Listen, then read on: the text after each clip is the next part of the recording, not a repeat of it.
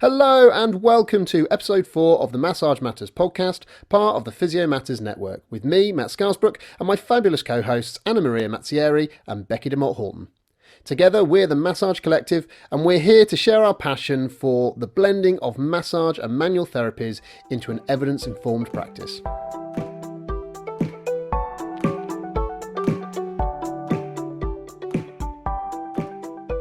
Today we're going to be talking METs, or muscle energy techniques. But before we get stuck in, I just wanted to make sure that you all had your tickets to Therapy Live Sport on the 7th of November, where we will be attempting to record a live podcast discussing the use of massage as a tool in recovery.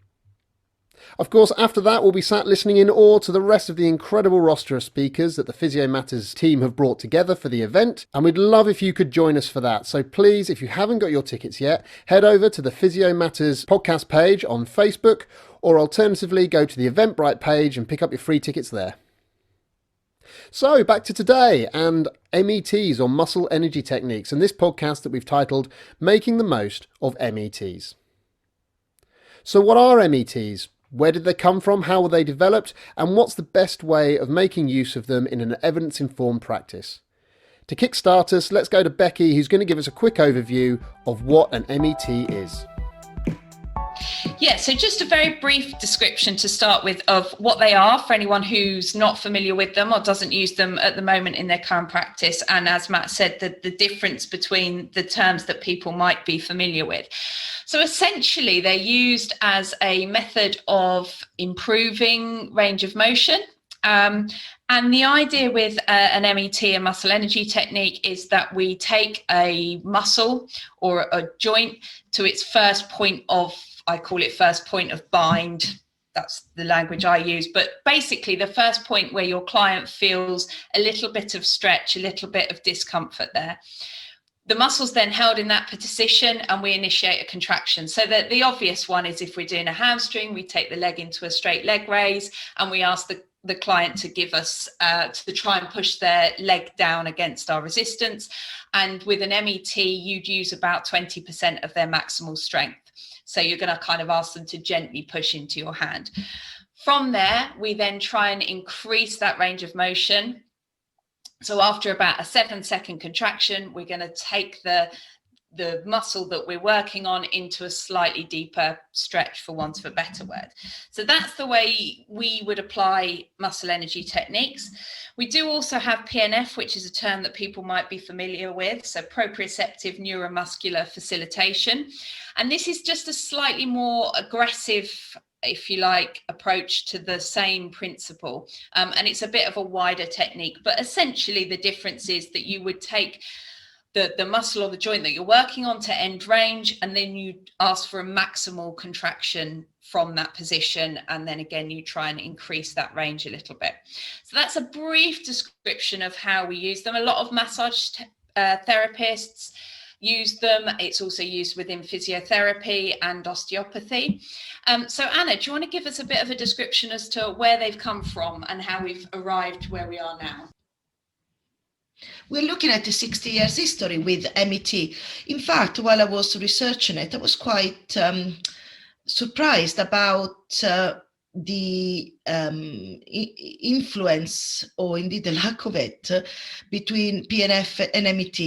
Originally, I thought, or I read, or indeed I believed that PNF, proprioceptive neuromuscular facilitation, was the precursor to MET, while actually the two techniques, the two modalities, were born approximately at the same time by two different, from the ideas of two different professionals, and both of them were incidental or coincidental to each other. So we're looking, the first one was PNF, Proprioceptive Neuromuscular Facilitation, which Herman and colleagues kind of devised in the 1950s or 1940s and 1950s. And it was as assessment and treatment of people with neurological disorder, which was affecting the musculoskeletal system, and they were affecting their movement. In fact, PNF comes from assessment of movement patterns, a subsequent improvement of the movement patterns. So PNF was trying to find the potential of the movement pattern and achieve that potential to the use of contract relax techniques. At the same time, more or less around 1948, 1950, an osteopath called Fred Mitchell Sr.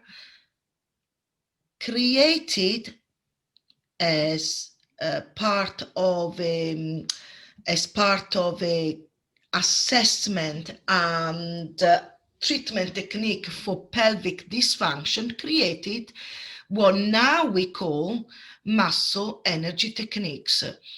And he was influenced by other osteopaths around, he was working with, like Kimberly and Ruddy, and he devised the whole protocol of find the barrier, contract isometrically in a very specific direction, and then bring the tissues back to the barrier. But as I said, originally was very, very specifically for pelvic dysfunction, which was the area where Fred Mitchell Sr., as an osteopath, was kind of specializing on.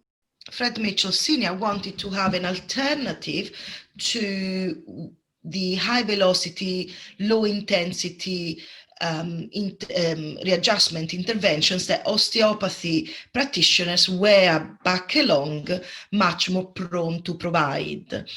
And then together with colleagues, again, like Kimberly, and then his son, who trained as an osteopath, Fred Mitchell Jr., he started delivering these new techniques around the osteopathy schools. But interestingly enough, there was no communication between Herman, who developed PNF, and Fred Mitchell Sr. The two techniques developed literally concurrently or parallel to each other without them knowing of each other. This is quite interesting because we think we don't communicate across therapies now, across professions now. Well, back along was even worse, because there was not as easy a communication method. So it's not really out of sort not to have not to know of each other.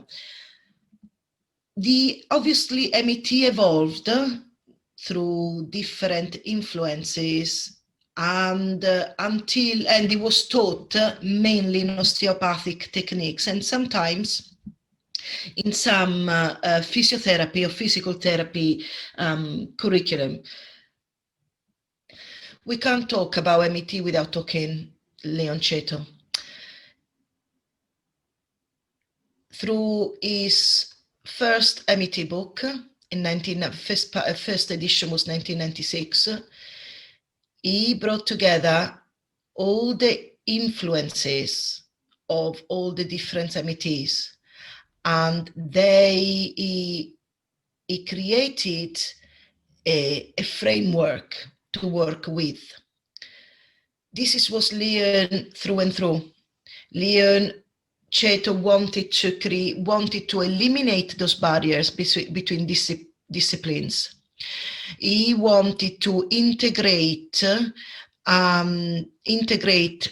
practices, integrate modalities to fit the needs of the person in front of him.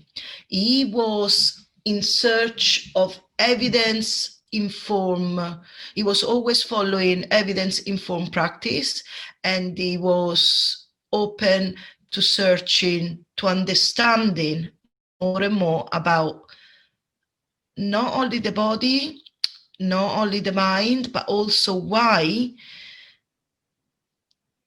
people seems to benefit from manual approaches. So, of course, we wouldn't be the Massage Collective doing a podcast if we didn't talk a little bit about the evidence behind these techniques and what we think is going on to produce the therapeutic effects that we see. Now, what is well recorded within the literature is that METs do produce an increase in range of motion within a joint when applied, as we've previously discussed. What is not clear is how they're doing that. There have been a few different theories, and work is still ongoing to try and sort of narrow down exactly what's going on. But for people who have studied METs previously, the explanation they're probably most familiar with is this reflex arc involving the Golgi tendon organs found in the tendons and the muscle spindle fibers in the muscles themselves, and the fact that during the isometric contraction, the Golgi tendon organs are stretched, discharge, and a reflex arc that goes via the spinal cord comes back and essentially inhibits the muscle spindle fibers from sensing stretch within the muscle, if you will. And as a result, the muscle is capable of stretching to a larger extent. Now, the problem with this explanation is when measured, that time between the Golgi tendon discharge and the inhibition of the muscle spindle fibers, that reflex arc exists, but the timing of it is sub a second, depending on exactly which area and type of contraction you're looking at. You're looking at anything from 25 milliseconds up to 100 milliseconds, but still far, far shorter periods of time than we're likely to be able to work at within a clinical environment. So what's going on? What are we doing? At the moment, probably our best explanation, it comes from Azevedo et al. In 2011, which is that isometric contraction may act as a distraction to stretch, as contraction of non-target muscles is also as effective as contraction of the target muscle. Now, that may come as some surprise, but essentially what we're saying is there may be either an analgesic effect, a pain-relieving effect of contracting the muscle that has been identified as short or tight by the client, but that the isometric contraction in and of itself is simply increasing the tolerance to stretch of the muscle. And we can actually show that if you're trying to increase the range of movement within someone's hamstring, you can get them to clench their bicep, and you can still get a similar, if not the same, improvement in range of movement within their hamstring, within their hip, going into that straight leg raise position. So we have to be careful around the explanations that we use, as always with things that we're doing within massage. What we do know is that there is an effect, there is an impact. We can increase range of motion, but our explanations perhaps need to be a little bit more careful. And I think we can probably take this into discussing a little bit more about, so when is the best application for METs with this new information? Yeah, I mean, where I particularly like to use METs with a client is just another method of exploring some movement with them. So if you've got a client who is finding a particular movement difficult, it's just a different way of exploring that movement with them. And maybe coming back to what we've said in a couple of podcasts before, perhaps making that movement a bit safer for them. So the fact that we can take that muscle to that point where they normally start to think, oh, I don't want to go much further than that. And actually we give them that experience of that contraction at that point, and then just very gently explore, the next range of motion, if you like. And it just allows them hopefully to build some confidence. And again, that's where the narrative is important, isn't it? It's not us doing that for them. It's us helping them explore what their body is capable of. And maybe that just gives them a little bit more confidence to go home and do some activities that have, up until they've come to see us, proven a little bit difficult. Yeah, I think if we look at the rationale behind, let's dive into the rationale behind why does a muscle feel a first point of bind. Um, I would say there's probably two main effects that jump out at me, and feel free to add more if you come up with them. But the first one is predominantly the muscle isn't feeling strong and capable to take the joint past that point, with the body feeling or the nervous system feeling confident that they return without damage. And the second is that actually some form of damage or pain or potential for damage has been interpreted by the brain. And actually, it's therefore locking down the extensibility of the muscle and preventing the joint from exceeding a particular range for fear of damage. They're sort of interrelated. But for me, I suppose one of them is in that acute phase, possibly even into a persistent phase post injury. And one of them is just purely there isn't much strength. That's sorry, both of you raised a really, really good point there, because for me, the MET benefit is the fact that let's within a safe and de-threatening environment, through a therapeutic alliance relationship with your therapist, let's bring the tissue or the area, the movement to his first sign of resistance, because there is a reason why there is a resistance there. If the joint can achieve more, has the potential to achieve more, and the client wants the joint to go further, then let's bring it to the point of resistance where, whatever reason, the brain is sending some contractile mechanism not allowing to go any further.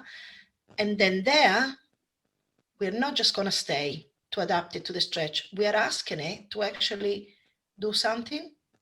We're asking to the muscle to activate from a point where it might not feel that safe, but we're doing it into a nice, safe environment.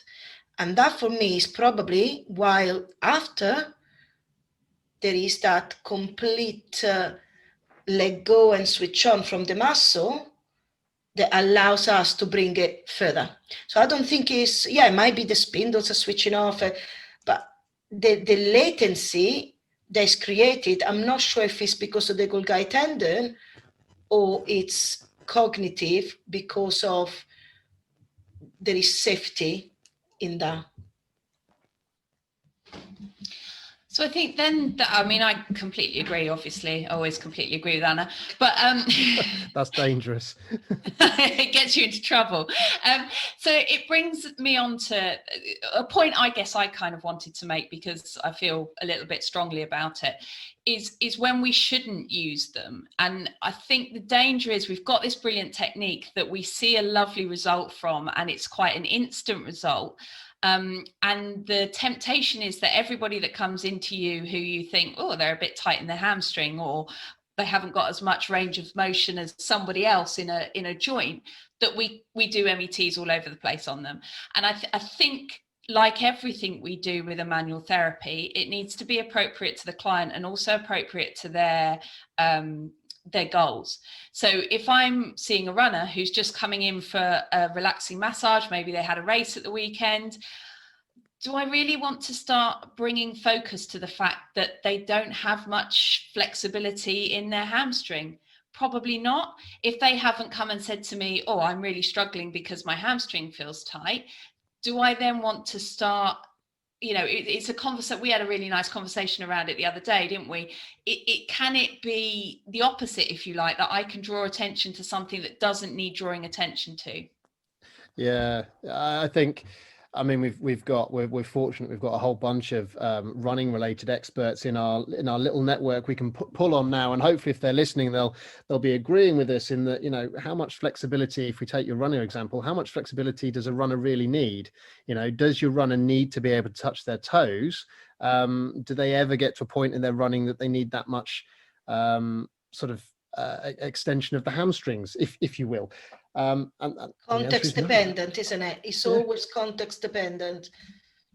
And And I think if we start measuring people's range of movement against a perfect model that no one ever achieves, then we run the risk of, like Becky said, sending people away with concerns that aren't concerns. Are we creating problems for someone? Yeah, and I think for me that's my little bit of concern. I love METs. I use METs all the time. My concern is it can be used sometimes, for want of a better description, as a party trick, because you do see a quick outcome, and it needs to be. We need to have a rationale and a clinical reason for why we're using it and why we want to help that person, why we're exploring that range of motion. So again, I'm using the example of runners because I tend to see a lot of runners, but it's typical, isn't it? I know, Matt, you get it a lot as well. Oh, I know I'm really inflexible. Well, then actually the conversation I'm going to have with them is, do they need to be flexible? It's not going to be to dive straight into that MET. Yeah, I think there's definitely a risk of going a little off piste with any conversation, I think, around METs and stretching at large, and we'll try and keep it on track. But I think it's natural to start looking at METs when a client comes in and either complains of being tight, or you do your joint range of movement assessments and discover that they are, in inverted commas, tight or restricted in their range. And we don't all have to be gymnasts. That doesn't mean we've got pain. It doesn't mean we've got dysfunction. It just means we're not all gymnasts. And to be a runner, actually being tight in certain structures is really beneficial.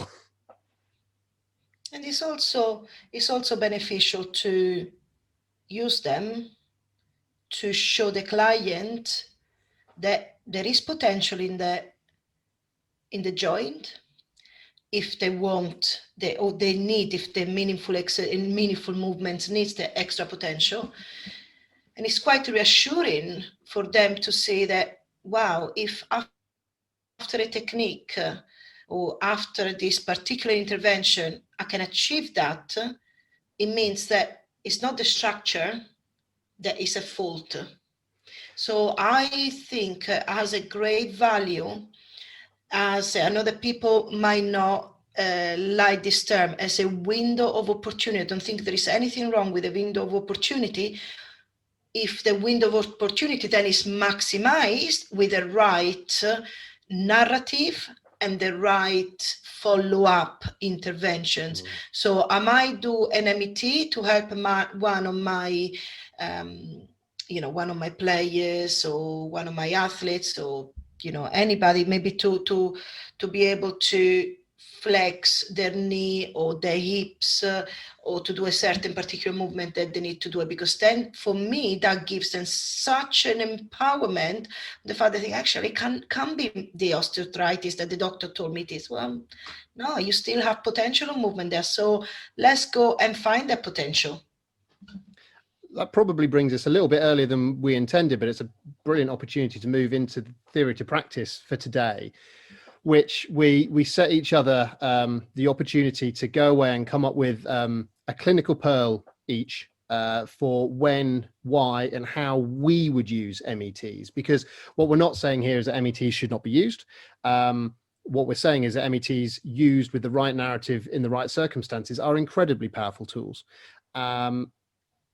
But we shouldn't use them willy-nilly, and we shouldn't be telling someone that they have a problem if they can't touch their toes. So we went away and we tried to come up with a clinical pearl each for why we would use them. And for me, I would predominantly use it as I was going to use the word diagnostic there. Of course, I don't diagnose, I assess. But I would use it as an assessment tool. So I would use it, for example, if I had someone who came in and were giving some symptoms around perhaps a frozen shoulder. And with that frozen shoulder, there was limited range. There was a bit of dysfunction that was starting to affect them in life. There was a bit of pain associated with it. And I would use an MET as part of my assessment to see if I can increase range in a gentle safe capacity where I'm using them, using the isometric contraction to see if I can get a little bit of more range of movement out the shoulder. If I can achieve a bit more range of movement out of the shoulder during the MET side of my assessment, then that tells me immediately I'm not looking at a true adhesive capsulitis. And that means that I can then go on to work with that client a little bit more, and perhaps we'd start exploring things like strength or underlying other injuries that may have reduced their range for a little while and left them with this shortened or lessened range of movement. So that's what I would use it. It can be very therapeutic, but I would use it as part of an assessment. So, ladies, who wants to go next? Okay, so mine might sound a bit of a contradiction after what I've been saying beforehand, and might be a little bit contentious, maybe, I'm not sure. But I actually do like to use them with athletes post-event or post-training really hard. And my reasoning for that, so you do hear narratives around returning its muscle to its pre-exercise state, things like that. That's not evidenced, as we know, and that's not something I'm telling my athletes that I'm doing. What I am doing, though, is again helping them explore some variability of movement when perhaps they've been in a particular range of motion for a prolonged length of time.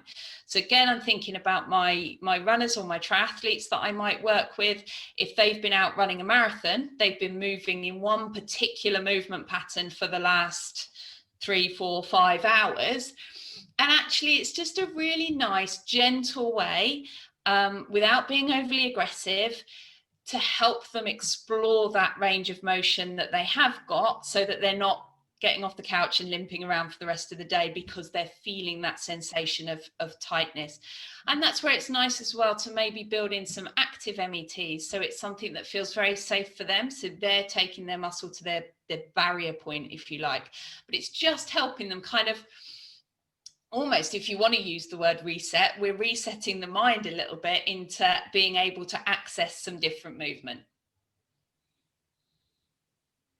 I'm going to pick up from Matt's point about using MET for frozen shoulder, what we call frozen shoulder symptoms.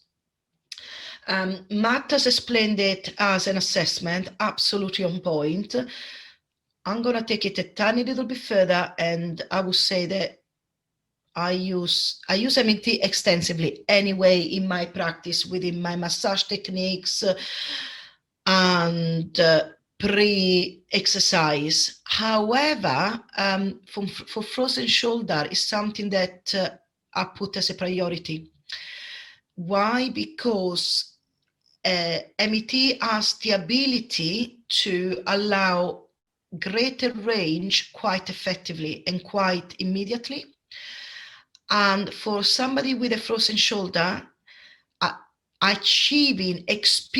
exposing somebody with a frozen shoulder to that little bit better range can have a very positive effect on the person understanding of their pain and dysfunction, gives them the little bit of extra hope, like Matt said anyway in his intervention there. I would add, though, that I tend to put people with a frozen shoulder on a sideline position, so the upper traps are nice and released. There is no extra need for muscle activation onto the upper shoulders, and I shorten the lever by flexing the elbow, so the person is nicely relaxed, sidelining the affected shoulder up. I just take the forearm into my hand, and from that position I call for contraction, which it could be adduction, flexion, external rotation, and then I go and work with whatever movement I want to work. But I find it clinically very effective because it's allow the person to experience the free range with not as much pain.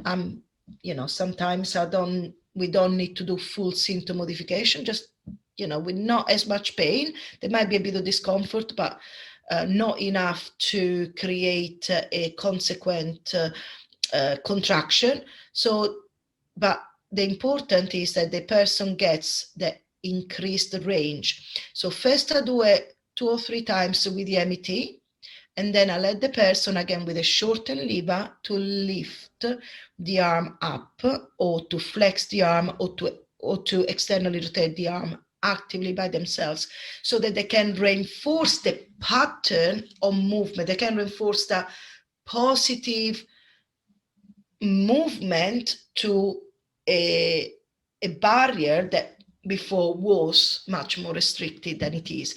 So yes, as an assessment, but also carry it on as a treatment. So then in that case, I've got a question for you both. If we're using this to explore the client's movement and prove to them that there's potential of movement there, what if we don't get any result from the MET? How do we approach that with our client? I think if I'm doing an MET, okay, I assume you're talking shoulders here. Have we veered into talking shoulders specifically? Let's stick on shoulders for argument's sake. Okay, so if we're talking shoulders for argument's sake, then I would be wanting to explore, I suppose what I would be doing is progressing in the same way that Anna Maria has just described, which was essentially talking about deloading the joint, taking off as much stress from the joint as possible by means of changing the effect of gravity on the joint, by means of changing the length of the lever, in this case bending of the elbow.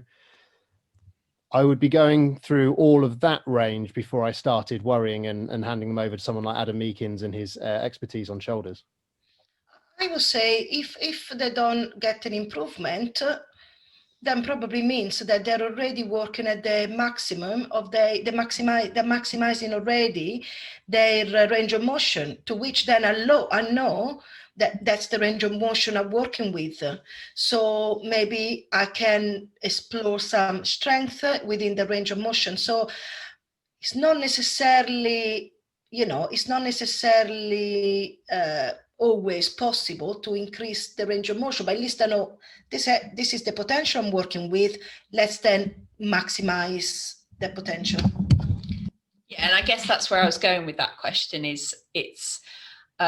We again comes back to language and the way we communicate with our clients, doesn't it?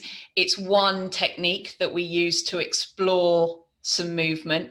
If we don't see a change, it's not the end of the world, it's not a catastrophe, but it, like Anna says, it gives us our parameters of what we're working within, and that we can still see some results within that client's capabilities. Yeah, absolutely. It's an assessment as much as it is a treatment.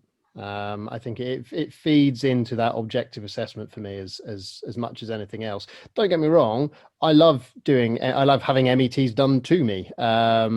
It's when we're demonstrating in class, I'm the first on the table to be demonstrated upon, because actually you want to lie down, Matt. That's all mostly because I just want to lie down at that point, but because it feels good to stretch. This is news to no one at all that stretching feels good, and what, stretching with someone else involved feels great. So no, I will use them, but the narrative has to be right. Yeah, the narrative has to be absolutely right, but also we have to use it in the right way with the right aim. Ultimately, just coming in, doing an MET without empowering the client with the self-efficacy, with the understanding that they have the potential within themselves to get themselves out of pain or to improve their performance and so on, then it would be a wasted use of MET. Wasted use of any manual techniques. So the narrative needs to be right for the right aim. Ultimately, as soft tissue therapists, we must keep the right aim in mind, which is make the client self-efficient. And that's why MET are great, because MET can be done. You can be giving them as a home care advice. And they are very effectively done before, especially I work again with CrossFitters. They have such a problem with they all think they have a problem with shoulder, full shoulder flexion. So often I get them to do some MET, self-MET, instead of doing the stretching. Some of them spend half an hour stretching between the sessions. And don't do that. Do your mobility, do some MET, and then go and start your warm up by doing the movement that you're supposed to do when you are lifting. So, and again, I think MET can be very valuable tool to short time increase the range of motion, for then the range being taken further or be maximized during the activity, which then will consolidate to the brain. This is a safe zone to go to. So kind of then to move the conversation on, I suppose, and set us up nicely for what we're hoping will be part 2 with a very special guest that we've got lined up in the wings, and we're just working on a good time to conduct the interview. But what questions therefore remain around MET?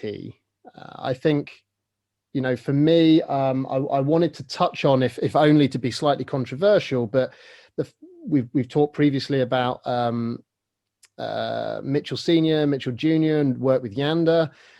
Of course, you rarely come across MET in any textbook currently without reference to Yanda's upper cross syndrome, lower cross syndrome, and the use of MET to release a chronically tight muscle that is perhaps inhibiting the weak muscle on, its weak antagonist. But of course, we're beginning to learn, or we're relatively comfortable that certain aspects of the upper cross syndrome and lower cross syndrome perhaps aren't as simple as they've been previously explained. What else is there around MET, do you think, that we need to explore further?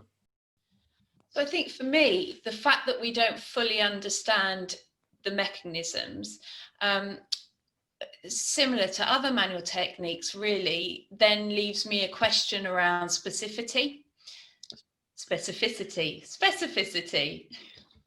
So do we need to be that specific in the contraction of the muscle? Matt, you made the point earlier that there's evidence out there to show we can contract a completely different muscle. So again, do we need to be as precise as we have been in the past with our teaching and our application of these techniques? Or actually, do we need to just work with the client to find a way that it works for them? That's a great question, Matt, that you're asking there, because that's one of the first, let's say, controversies I had in my head when I started introducing pain science into my practice. And that's why I think it's a broader question, like Becky says, it's about the specificity. Should we start thinking differently? Let's go back to what I said before. Let's give ourselves different aims. Let's move away from being specific in working certain muscles, i.e. Yanda, upper cross and lower cross syndrome, and instead start working with improving, increasing the movement that is meaningful to the client. When the clients come to us, or at least most of us, because they have pain. Pain itself might not be, removing pain might not be the outcome, the only outcome. The outcome would be helping the client to find their way to go back to the activity that were meaningful to them, to go back to movement, to go back to enjoying life, an active lifestyle. So if we use MET, instead of using them in muscle, we use them in a general sense to improve movement, indeed what Fred Mitchell Sr. wanted all the way along, although he framed it within a pelvic dysfunction, but it's actually to improve the potential of the joint motion. And I think then I think that could be a good mobility. I think it should be moved away from calling it a stretch. Muscle energy technique should be more of a mobility drill to improve, albeit temporarily, the movement on a particular joint. So to sum up what questions remain around MET for us, it's impossible to not finish mentioning once again Leon Chaito and the incredible work that he did to consolidate what we know about METs and bring us to a position where we're able to teach it within massage therapy training.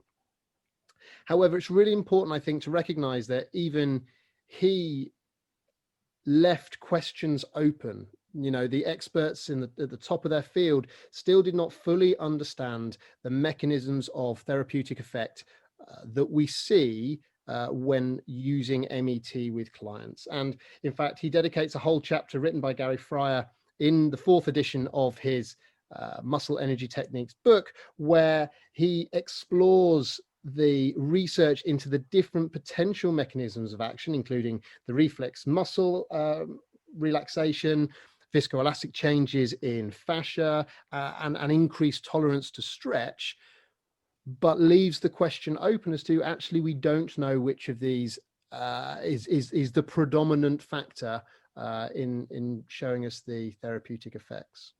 But we are going to return to METs in a future episode. And we're thrilled that Dr. Sasha Chaito, who is Leon Chaito's daughter and has gone on to do some wonderful things in the world of massage and therapeutic bodywork, is going to come on and join us for that episode where we can dive a little bit more into her father's work and what she has been doing in the area since. So do make sure to join us when we record that episode. So in summary for today, we can say that MET muscle energy techniques have been around for a long time. They've been used by various different professions in various different guises and were developed, we believe, alongside the similar technique of PNF. We can say that we think when we're using them, we need to have good clinical reasoning and understand what our outcome goals are and make sure that they are relevant for the client. And also, finally, to say that there are still questions surrounding their mechanisms. And therefore, as Matt pointed out, we need to be very careful in how we describe them to our clients. Well, that's it from us this week. Thank you very much for joining us as we discussed muscle energy techniques. We will be doing our regular Facebook Live on Wednesday afternoon to answer any questions from this or any of our other podcasts that we've recorded.